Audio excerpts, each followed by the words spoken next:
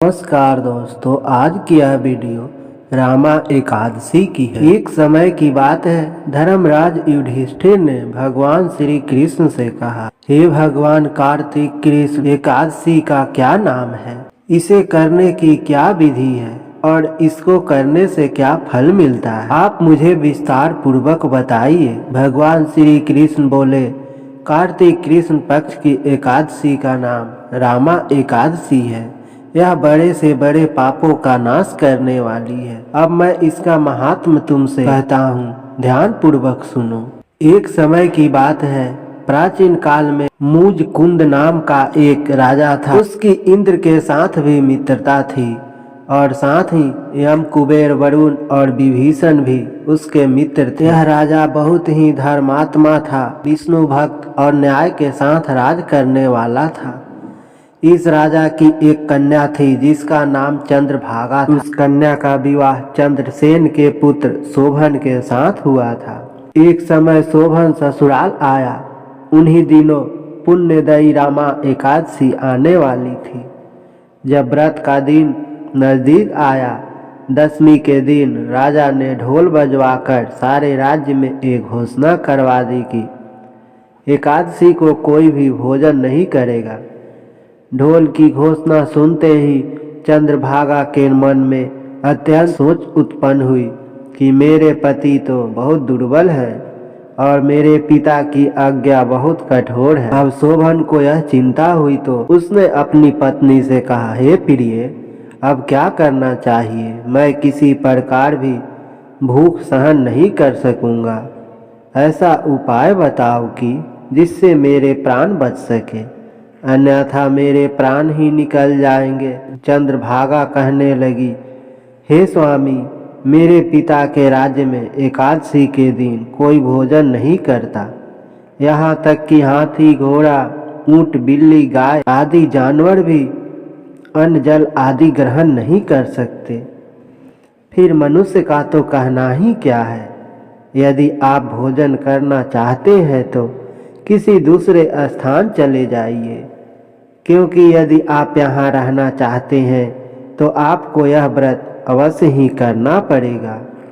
ऐसा सुनकर शोभन ने कहा, हे प्रिय, मैं अवश्य ही व्रत करूँगा और जो मेरे भाग्य में होगा वह देखा जाएगा। इस प्रकार से विचार कर शोभन ने भी व्रत रख लिया और वह भूख प्यास से अत्यंत पीड़ित होने लगा। जब सूर्य नारायण अस्त हो गए और रात्रि को जागरण का समय आया तो जागरण के समय वैष्णव को बहुत ही हर्ष देने वाला था, लेकिन शोभन के लिए वह बहुत दुखदायी हुआ। प्रातः काल होते होते शोभन के प्राण निकल गए।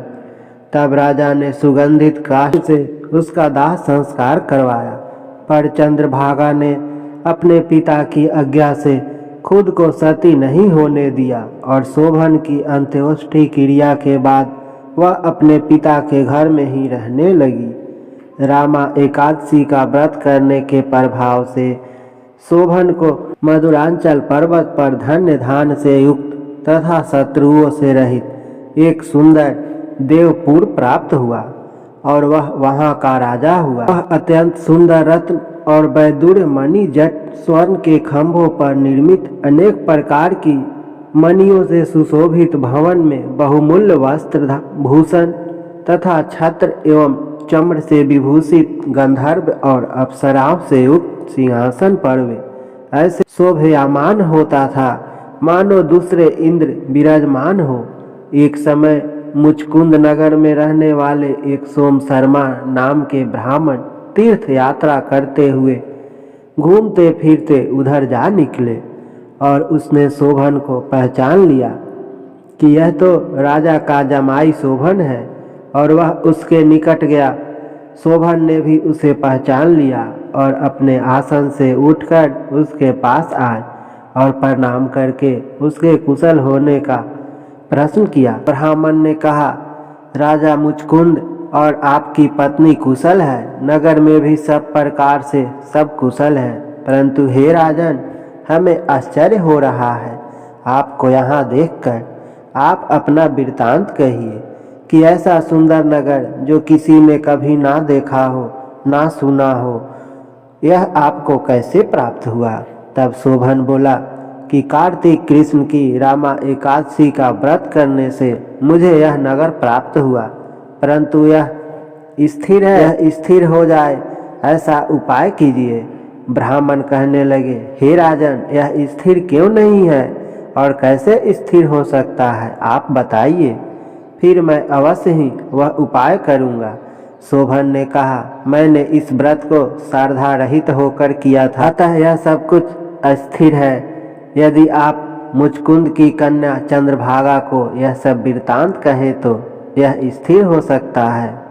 ऐसा सुनकर उस श्रेष्ठ ब्राह्मण ने अपने नगर लौटकर चंद्रभागा से सारा वृत्तांत कह सुनाया। ब्राह्मण के वचन सुन चंद्रभागा बड़ी प्रसन्नता से ब्राह्मण से कहने लगी कि हे ब्राह्मण, यह सब बातें आपने प्रत्यक्ष देखी है या स्वप्न की बात कर रहे हैं? ब्राह्मण ने कहा, हे पुत्री, मैंने महावान में तुम्हारे पति को प्रत्यक्ष देखा है, साथ ही किसी से विजय ना हो ऐसा देवताओं के नगर के समान उसका नगर भी देखा है। उन्होंने कहा कि यह नगर स्थिर नहीं है, जिस प्रकार वह स्थिर रह सके ऐसा उपाय करना है। चंद्रभागा ने कहा, हे ब्राह्मण, तुम मुझे वहाँ ले चलो, मुझे अपने पति देव के दर्शन करने हैं। मैं अपने किए हुए पुण्य से उस नगर को स्थिर बना दूंगी। आप ऐसा कार्य कीजिए जिससे हमारा संयोग हो, क्योंकि वियोगी को मिला देना महान पुण्य का काम होता है। सोम शर्मा यह बात सुनकर चंद्रभागा को लेकर मधुरांचल पर्वत की ओर चले गए। मधुरांचल पर्वत के समीप वामदेव ऋषि के आश्रम पर गए। वामदेव जी ने सारी बात सुनकर वेद मंत्रों के उच्चारण से चंद्रभागा का अभिषेक कर दिया। तब ऋषि के मंत्र के प्रभाव और एकादशी के व्रत से चंद्रभागा का शरीर दिव्य हो गया और वह दिव्य गति को प्राप्त हुई। इसके बाद कड़ी प्रसन्नता के साथ वो अपने पति के निकट गई। अपनी प्रिय पत्नी को आता देखकर शोभन बहुत प्रसन्न हुआ और उसे बुलाकर उसने अपनी बाईं तरफ बिठा लिया। चंद्रभागा कहने लगी, हे प्राणनाथ, आप मेरे पुण्य को ग्रहण कीजिए। अपने पिता के घर जब मैं 8 वर्ष की थी तब से ही विधि पूर्वक एकादशी के व्रत को श्रद्धा पूर्वक करती आ रही हूँ। इस पुण्य के प्रताप से आपका यह नगर स्थिर हो जाएगा और समस्त कर्मों से युक्त होकर प्रलय के अंत तक यहाँ रहेगा। इस प्रकार चंद्रभागा दिव्य आभूषणों और वस्त्रों से सुसज्जित होकर अपने पति के साथ वहाँ आनंद पूर्वक रहने लगी। श्री कृष्ण बोले, यह मैंने रामा एकादशी का महात्म्य कहा है। जो मनुष्य इस व्रत को करते हैं उनके सारे पाप नष्ट हो जाते हैं। कहानी अच्छी लगी तो प्लीज़ वीडियो को लाइक और चैनल को सब्सक्राइब करें। धन्यवाद।